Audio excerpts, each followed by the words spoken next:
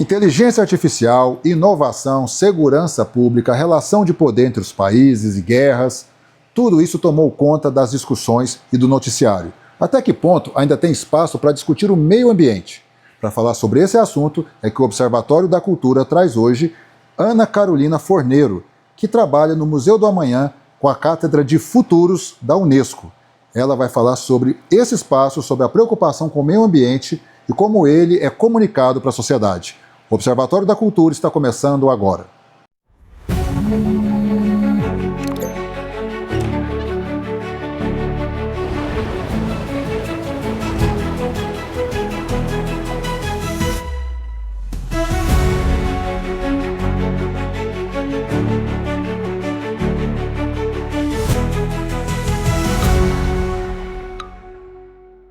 Seja bem-vinda, Ana, ao nosso Observatório da Cultura.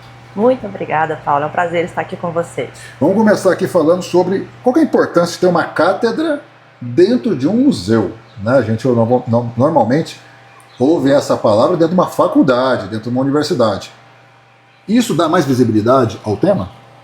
Olha, Paulo, a nossa cátedra, na verdade, tem um nome grande, né? A gente chama de Cátedra de Futuros, é o nosso apelido carinhoso, mas é a Cátedra Unesco em Bem-Estar Planetário e Antecipação Regenerativa. Essa cátedra, ela já tem aí quase 3 anos, a gente começou nossas atividades em 2023 e ela é fruto de uma parceria da Universidade Federal do Rio de Janeiro com o Museu do Amanhã. Como você já bem disse, as cátedras usualmente ficam hospedadas em universidades. Essa é a única que está hospedada em um museu, uma instituição cultural e não numa instituição de ensino. E isso para a gente é um grande ativo, porque em geral as cátedras, principalmente vinculadas a universidades, não que a produção das cátedras fique restrita ao público acadêmico, mas em grande medida ela fica ali mais centrada nesse público interessado em ciência. Então, de alguma forma, esse conteúdo ele não alcança um grande público. Em alguns casos, claro que alcança, né? Estudos muito importantes, que têm muita repercussão. Então, claro que diversas pesquisas, diversos temas chegam à população em geral. Então, por exemplo, na época do Covid, a gente ficou muito interessado em saúde, em epidemia, como funcionavam esses mecanismos. Então, naturalmente, as pessoas têm mais interesse por esse tema e essas pesquisas chegam ao grande público. Mas, de forma geral, não é bem assim, né? Então, essa cátedra estar hospedada no Museu do Amanhã, para a gente é um ativo imenso, porque o Museu do Amanhã, sendo o museu mais visitado do Brasil e da América do Sul, a gente consegue, com as nossas pesquisas, alcançar um grande público. Então, recentemente, o Museu do Amanhã bateu aí 8 milhões de visitantes. Então, naturalmente, a gente consegue, dentro desse lugar que é tão visitado, que é um cartão postal do Rio de Janeiro, alcançar um público bem grande e diversificado, né? O museu também recebe muitos estrangeiros, recebe muitas escolas, estudantes, professores, não só do Rio de Janeiro, mas também de outras cidades e estados.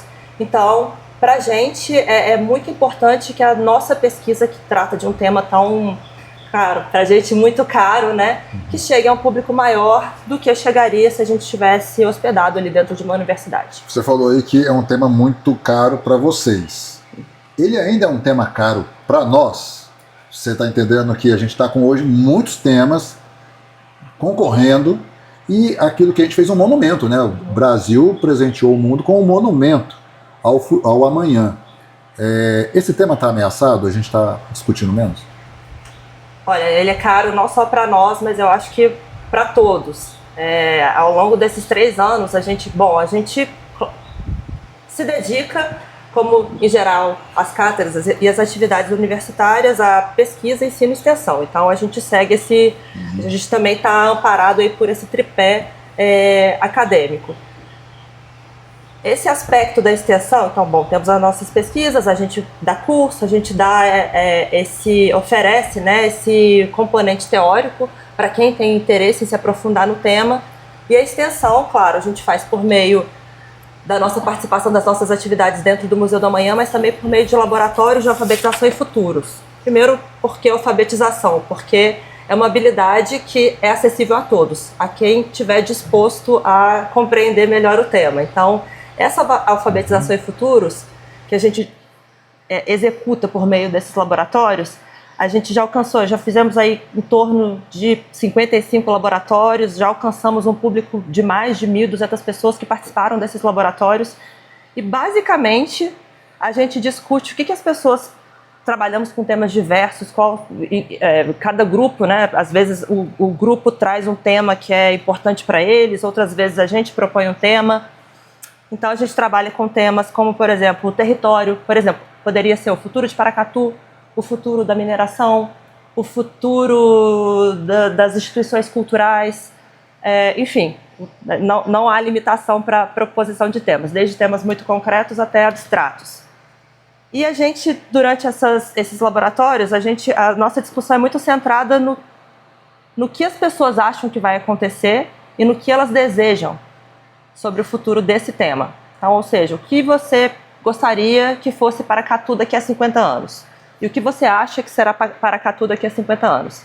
E o que a gente tem observado sistematicamente ao longo desses 3 anos, com todo esse público altamente diversificado, é que as pessoas estão com muita dificuldade de desejar. Quando a gente pergunta o que elas acham que vai acontecer, de forma geral, a gente ouve aí perspectivas bem pouco otimistas em relação ao porvir, e as pessoas são muito versadas nesse sentido. Então, claro, em função de não faltam filmes, de séries e materiais aí, e notícias apresentando um futuro onde a gente não quer estar, que a gente tem medo que chegue. Então as pessoas, de certa forma, elas são muito desenvoltas para falar sobre o que elas acham que vai acontecer. Mas quando a gente chega no componente do desejo, as pessoas às vezes têm uma escassez imensa de imaginação. Elas não conseguem desenvolver tanto quanto elas desenvolvem em relação ao que elas acham que vai acontecer. E isso é muito sintomático do nosso tempo. As pessoas são tão massacradas por essas perspectivas negativas em relação ao futuro que elas parece que acham que é inútil desejar, que é inútil sonhar, porque elas acreditam que existem forças que impedem que qualquer coisa boa ou que nos dê esperança vá acontecer. Então elas meio que aceitam as narrativas e seguem a deriva. Então essa é uma crise de imaginação. E se a gente quer chegar num futuro melhor, num futuro desejável, o primeiro passo para isso é a gente desejar. A gente tem que imaginar esse futuro. Depois a gente tem que combinar esse futuro. E aí, se as pessoas não conseguem nem imaginar, o passo seguinte é impossível. Se a gente não sabe o que a gente quer, a gente não consegue combinar nada. A gente só segue rumo a esse futuro que a gente acredita que vai ser catastrófico. Então, a gente fala até em futuros, né? Cátedra de futuros, porque não existe um futuro. A gente fala de futuro como se houvesse um lugar, um ponto fixo para a gente chegar. E, na verdade, eu tenho um futuro, você tem um futuro, eles têm um futuro, né? Então, as possibilidades de futuro são múltiplas. Então, a gente trabalha com essa perspectiva de futuros. As possibilidades estão abertas. Só que a gente tem que desejar e combinar o que a gente quer. Senão, dificilmente a gente vai conseguir desviar desse futuro ruim que estão pintando pra gente. Essa desesperança não estaria também muito ligado àquilo que a gente agora tem de informação, até pela ciência? Por exemplo, um dado aqui que veio de uma apresentação sua, que pela ação humana, 208 minerais surgiram. Ou seja, eles não existiam naturalmente na Terra. A gente vai se informando também de ciência e a notícia não é boa. O degelo dos polos, isso não colabora também? Termos mais informação em vez de nos dar esperança, nos desanima?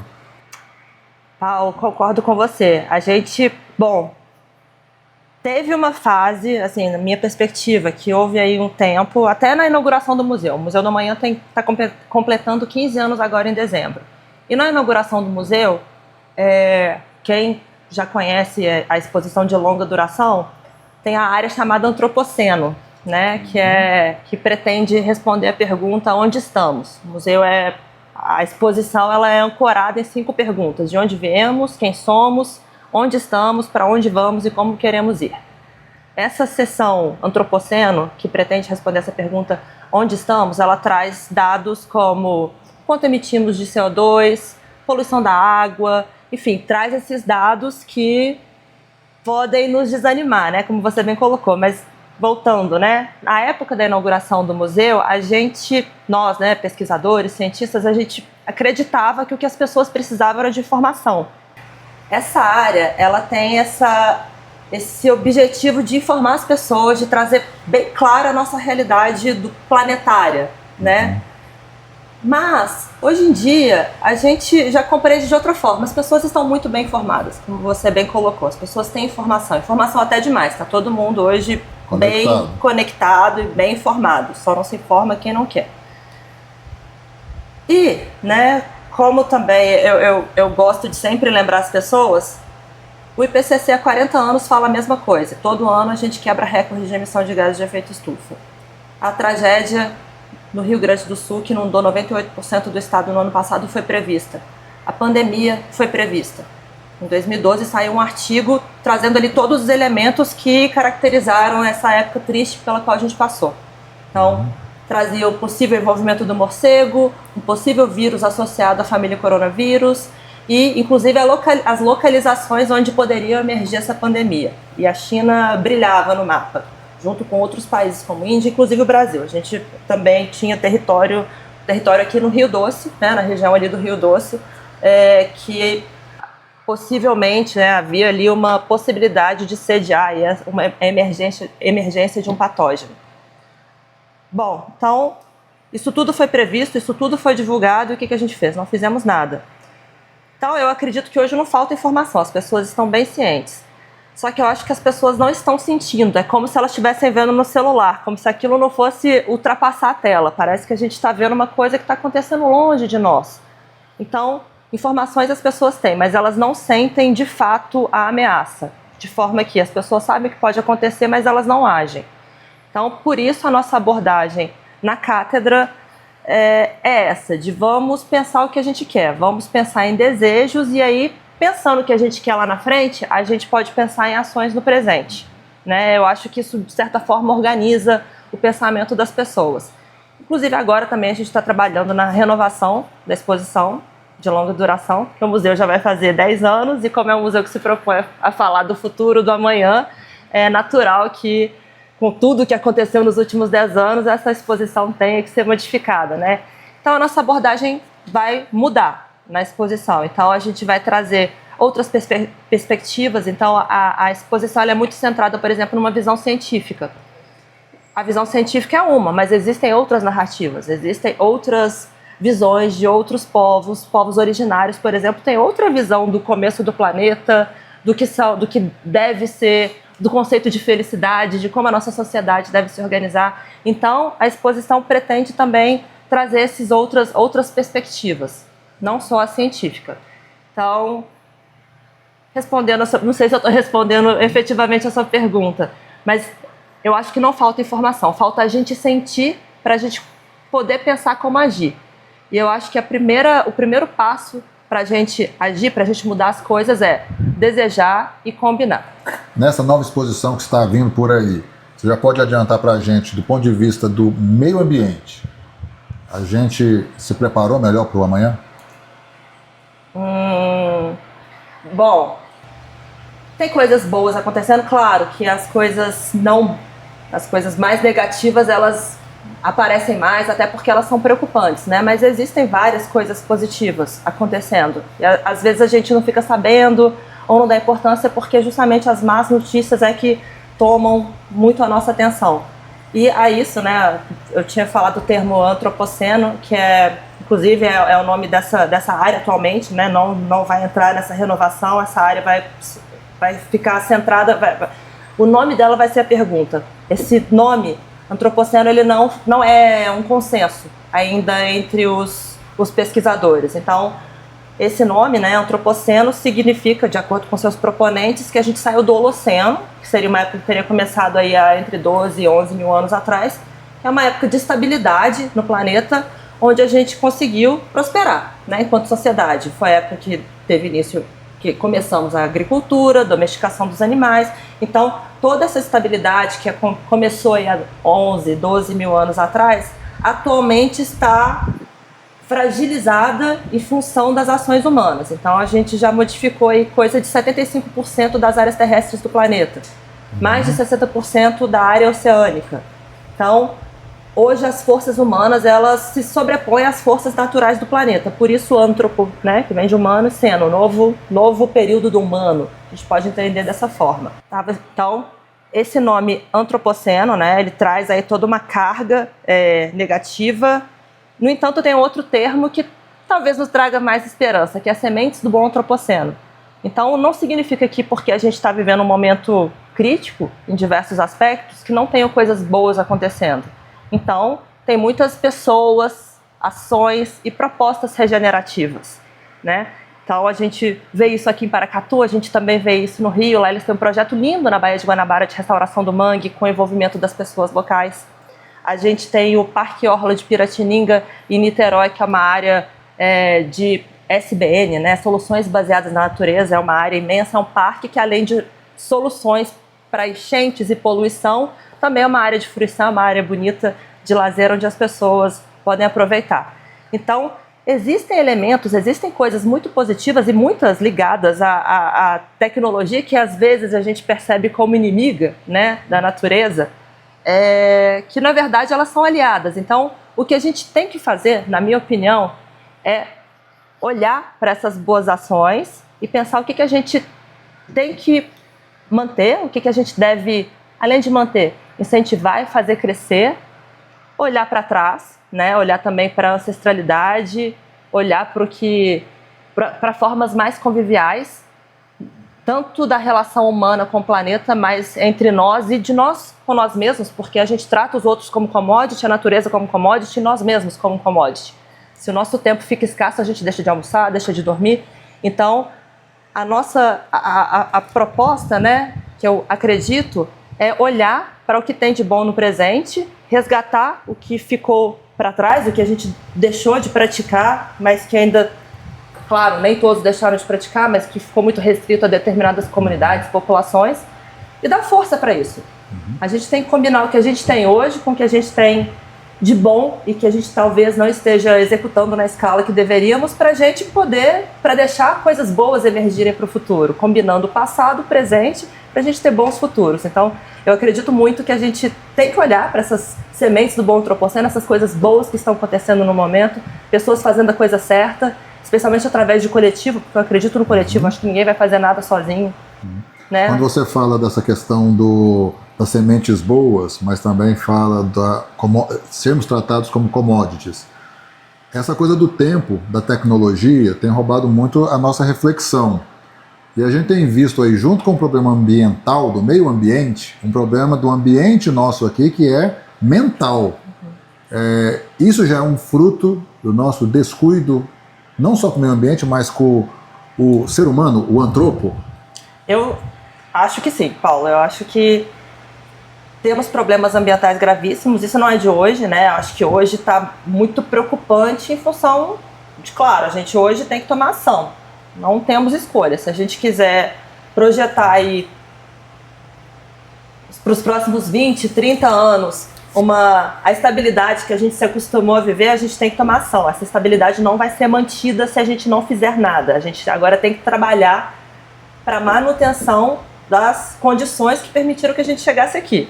Então, se a gente não fizer nada, a gente não vai viver como a gente viveu as 2 últimas décadas. A gente vai enfrentar desafios cada vez maiores, principalmente ligados ao clima e à perda da biodiversidade. A gente vive hoje a 6ª onda de extinção em massa de espécies causada por uma espécie só. Já houveram outros momentos de extinção de espécies em massa, mas é a primeira onda de extinção causada por uma única espécie. Nesse momento, o meteoro somos nós. O meteoro somos nós, exatamente. A gente tem todos esses problemas atualmente. A gente já tem problemas aí que não são de hoje, mas hoje eles estão muito graves, né? E hoje as notícias estão muito difundidas, a gente fica muito em tela. O Brasil é o 2º país que as pessoas gastam mais tempo olhando para a tela. A gente só fica atrás da África do Sul. E talvez, não coincidentemente, também sejamos o país mais ansioso. Então a gente fica basicamente lendo tragédia de todas as naturezas no celular o dia inteiro. Tragédia climática, tragédias sociais, conflitos urbanos. Então isso tudo tem deixado a gente desesperançoso, né? Se a gente fica isolado, olhando para a tela, lendo notícias ruins, e se a gente não sobra espaço para o desejo e muito menos para a gente combinar o que a gente quer. E aí já tem até um fenômeno novo, né? Isso já é tema de terapia eco-ansiedade. Então, a eco-ansiedade... Hoje em dia as pessoas vão para terapia para falar que estão com medo do clima, do fim do mundo, de tempestade, de caos, e do que isso pode gerar na sociedade. Que estão até mais comuns, né? Não deixou de ser uma coisa impossível de acontecer, né? Não, já acontece, especialmente com populações mais vulneráveis, né? Então, os efeitos das mudanças climáticas, eles não são sentidos por todos da mesma maneira. Talvez nem todos que nos assistem estão na mesma pegada, mas às vezes em alguma cidade, Rio de Janeiro, no morro, uma chuva, lá no seu trabalho você está preocupado se a sua casa vai embora, né? Exatamente. Não, gente, já ouvi de pessoas, especialmente pessoas de periferia, que eles nunca terminam de pagar a geladeira, porque a água entra em casa, perde a geladeira, tem que comprar outra e ela não chega ao fim, eles não conseguem quitar a geladeira antes de precisar de uma nova.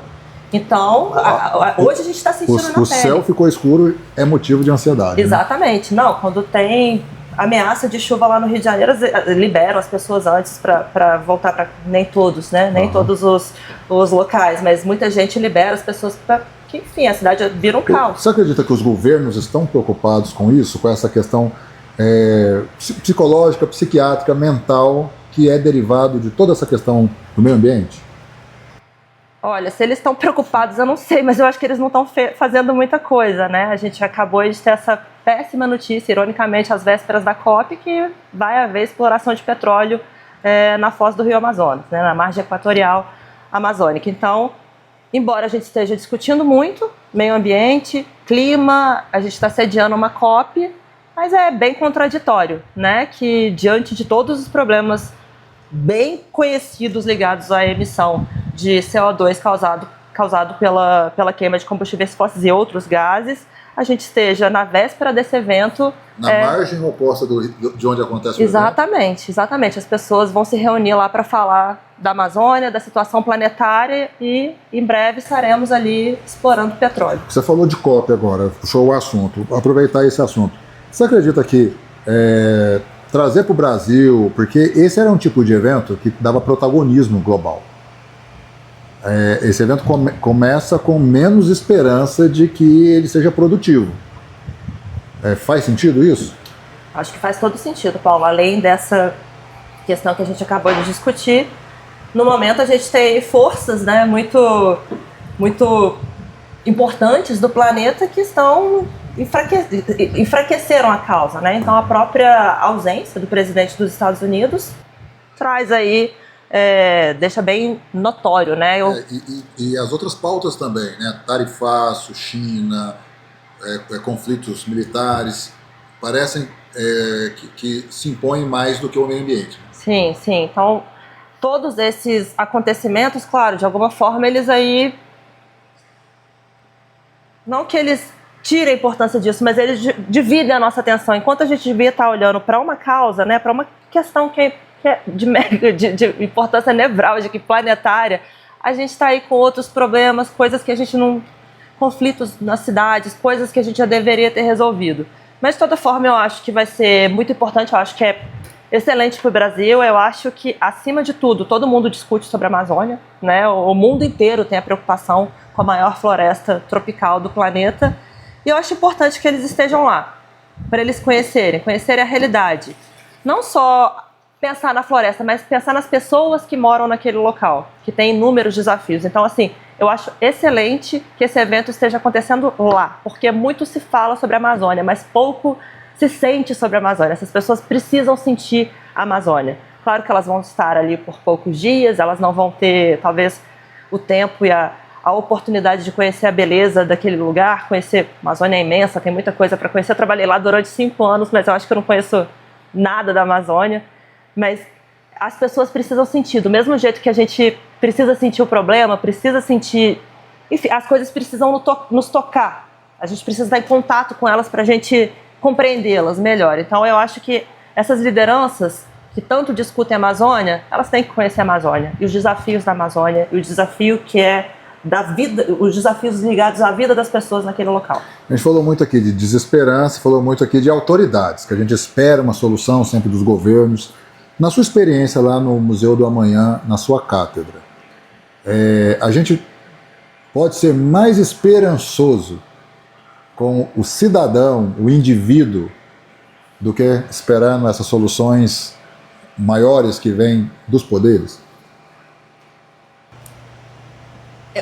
Eu acho que, bom, primeiro, né, eu acho que a força está aí no coletivo. Eu não acredito muito nas ações individuais.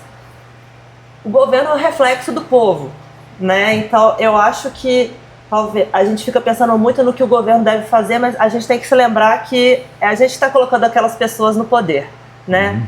Então nós somos a força. A gente tem que lembrar que nós colocamos eles lá, que as pautas não são todas ditadas por eles. A gente tem anseios, a gente tem força, a gente tem que demandar, né? E, claro, o governo, no final das contas, os interesses estão em disputa. No entanto, eu acho que quando a gente, de maneira unânime, tem demandas, o governo é obrigado a ouvir. Então, eu acho que cabe a nós também deixarmos bem clara essa demanda. Mas para isso, novamente, a gente precisa compreender o problema, mais que isso, sentir o problema, pensar no que a gente quer, combinar o que a gente quer e pedir, deixar isso bem claro. A gente não quer seguir nessa ótica de progresso, esse progresso que está associado principalmente a consumo, geração de material, esse processo de extrair, consumir, descartar. A gente tem que pensar em economia circular, parar só de falar de economia circular, a gente tem que pôr essas coisas em prática. Muitas coisas já estão pensadas, a gente já tem muitos elementos para construir um futuro melhor. Eu acho que o que falta é a gente organizar essas ideias e colocá-las em prática. Boas ideias, o mundo já está cheio. E a tecnologia pode ser a nossa aliada nisso. A gente desenvolve tecnologias maravilhosas, mas elas têm que ser colocadas a serviço do que a gente quer, de um futuro mais próspero. Não de enriquecimento de poucos, de consumismo, dessa geração insana de material e de, enfim, né, que eu acho que isso não é progresso. Se isso é progresso, progresso não é sinônimo de felicidade. Ana Carolina, muito obrigado pela sua presença no Observatório da Cultura e seja sempre bem-vinda aqui. Muito obrigada, Paulo. É um prazer estar aqui. E o nosso programa termina agora, você sabe. Clica, segue, compartilha e a gente se vê em breve.